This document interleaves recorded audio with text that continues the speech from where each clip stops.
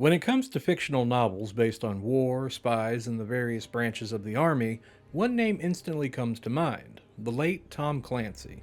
From his 1984 debut, The Hunt for Red October, until his death in 2013, Clancy had written novels that captivated readers with not only great stories and characters, but their accuracy as well. His novels were so popular that some of them were turned into just as successful films, like Red October, Patriot Games, Clear and Present Danger, and The Sum of All Fears, all having the same character, Jack Ryan, of course, played by different actors.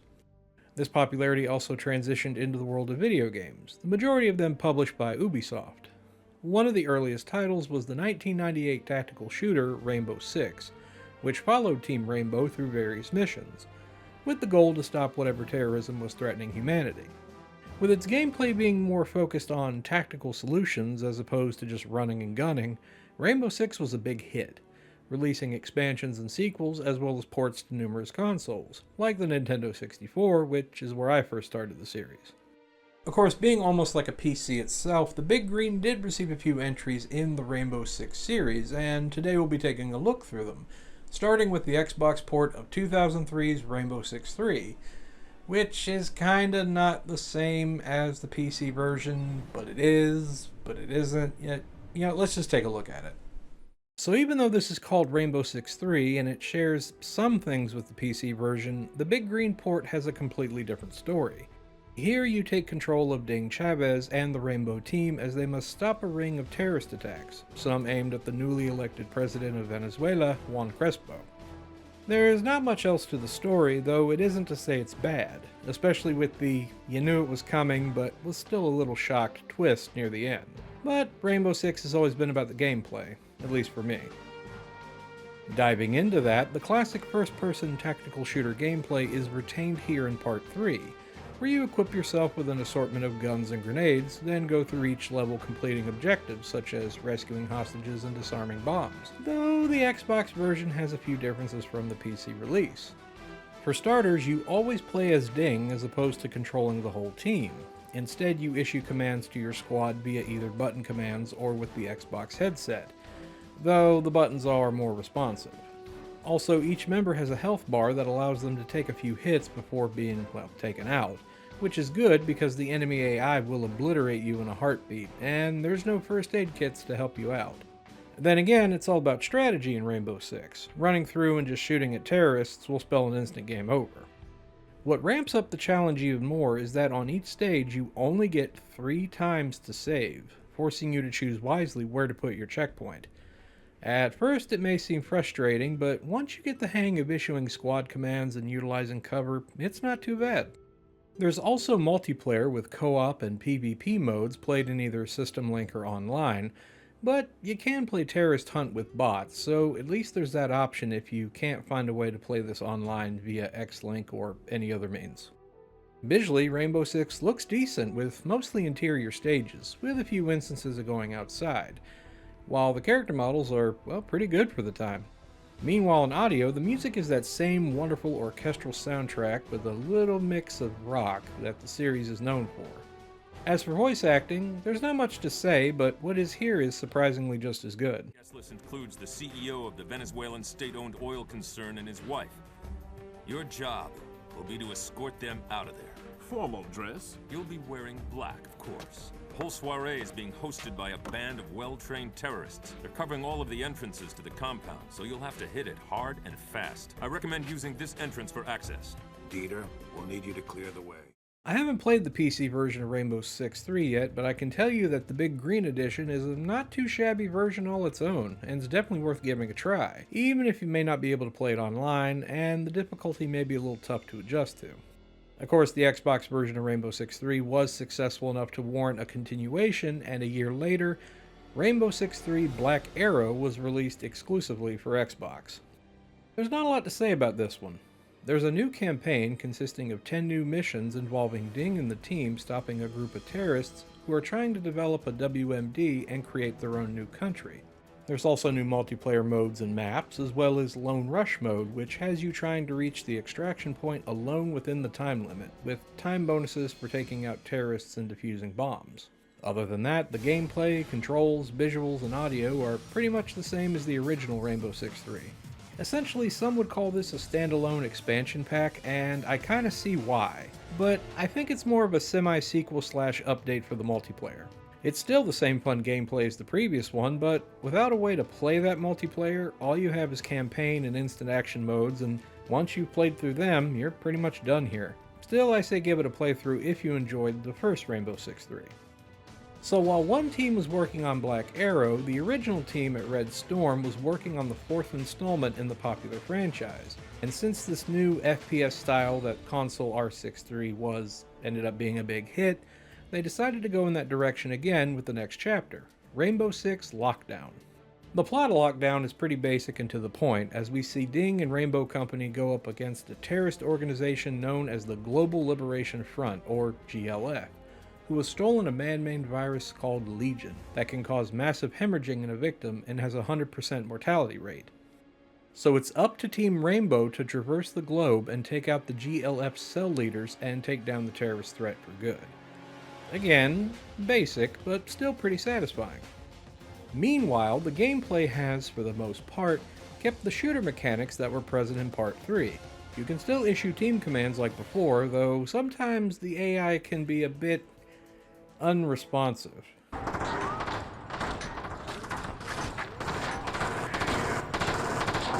Moving now. However, instead of one big level to traverse, each mission is broken up into segments, kinda similar to how the big green port of Doom 3 played. I'm not sure if this was done because of hardware limitations, but it's not too bad, especially now that you can save anywhere at any time. In fact, it's encouraged to do this as the hit detection from enemy fire is a bit all over the place. Sometimes you'll get shot at and take no damage, while other times you get hit with 2 bullets and die. It also doesn't help that your own bullets will sometimes miss, even if you're aiming dead center, and this is with the aim assist turned on. It's a sharp contrast from Part 3, where aiming can be precise on both parties. One new addition is the motion sensor. This allows you to see enemy positions in the rooms ahead of you before you enter to give you an idea of what approach should be taken, with a battery that recharges as you use it. This is a nice feature, though I do miss having the mini-map in the corner to get an idea of where to go next. Why this was taken out of Lockdown is anyone's guess. There's also some sections where you control the team's sniper and take out enemies from a distance to give support to the team. These parts are okay, but they kinda take away from the action going on with Ding and crew. Also, be sure to keep your team as safe as possible in these sections because any damage they take does carry over when you're controlling Ding again. So if the team's low on health, you have to complete the mission just like that. Truthfully, Lockdown feels even more like a regular shooter than Rainbow Six 3, considering that most times you can just go in spraying gunfire and be successful, sometimes without even needing your team. It's a pretty big letdown in my opinion. As for multiplayer, there is the standard co-op split screen for the campaign and terrorist hunt, while the main stuff is for System Link and Live. I do know that Lockdown had an exclusive mode for Xbox called Persistent Elite Creation, or PEC, that basically lets you pick a character class and level it up while playing online, unlocking stat points and new gear, something that you commonly see in shooters today. Visually, Lockdown looks about the same as Rainbow Six 3, if not a bit less, at least with the character models. While the various stages aren't too bad, I have to say the visor effects though are a nice touch, such as raindrops forming, the thermal and night vision goggles, and gas fogging up your sight. Although I wasn't a fan of the cracked screen when your health gets low, it's kinda distracting. As for audio, the voice acting is about on par with the previous game, with Team Rainbow providing lines that sound like something out of a cliché summer blockbuster movie. Which could also be said about the game's soundtrack, with tracks that feel right at home with whatever Michael Bay's cooked up on Netflix or something. This is Team Leader, all clear from above. Team leader, all clear on the ground. Oh, you know, Raymond, this would be so boring if it were not for my beautiful partner. You never give up, Loisel. Wait. Are those protesters? I thought this area was off limits. Sir, we've got a bus on the ground. Do what?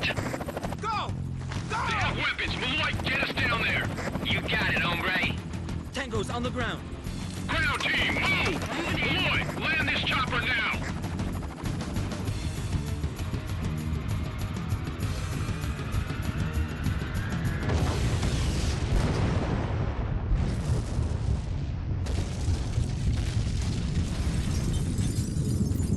Rainbow Six Lockdown provides more of the same Tom Clancy shooter goodness that most players enjoyed from Rainbow Six 3, but it leans more towards the run and gun than the strategic moves that the series is known for, and in my opinion, it suffers a bit from it.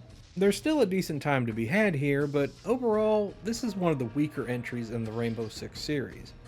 I get that Red Storm wanted to try something different and blend both of those styles together, and it's a neat idea. It just needed more development. I'd only recommend it for Big Green Complete collectors and Rainbow Six fans that want to see something different in the series. After the release of Lockdown, Ubisoft would release one more Rainbow Six game for the Big Green a year later, this one being an Xbox exclusive that goes back to the series' roots. Rainbow Six Critical Hour. Critical Hour's story is a bit of a finale, in a sense.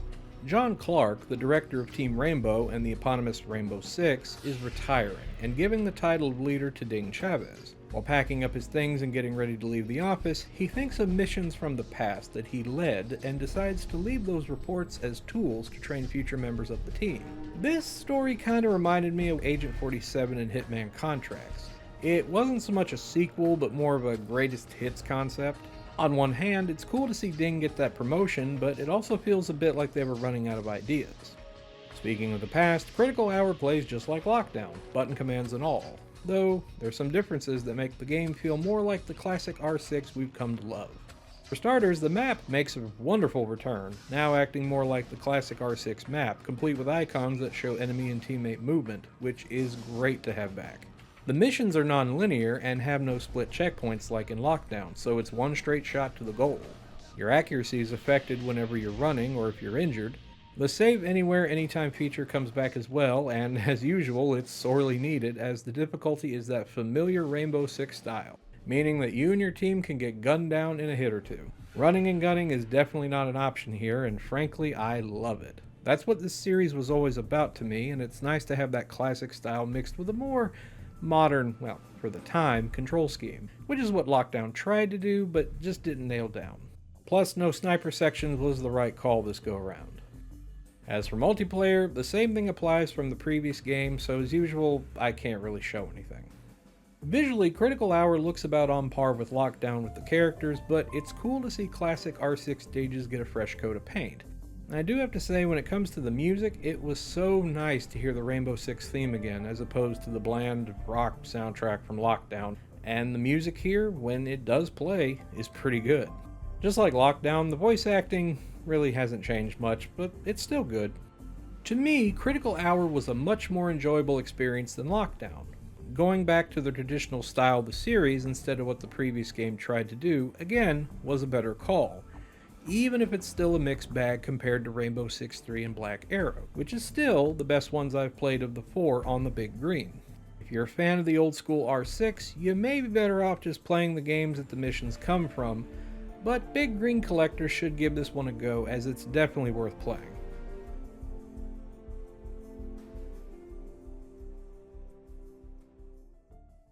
And that's the Rainbow Six games on the Big Green.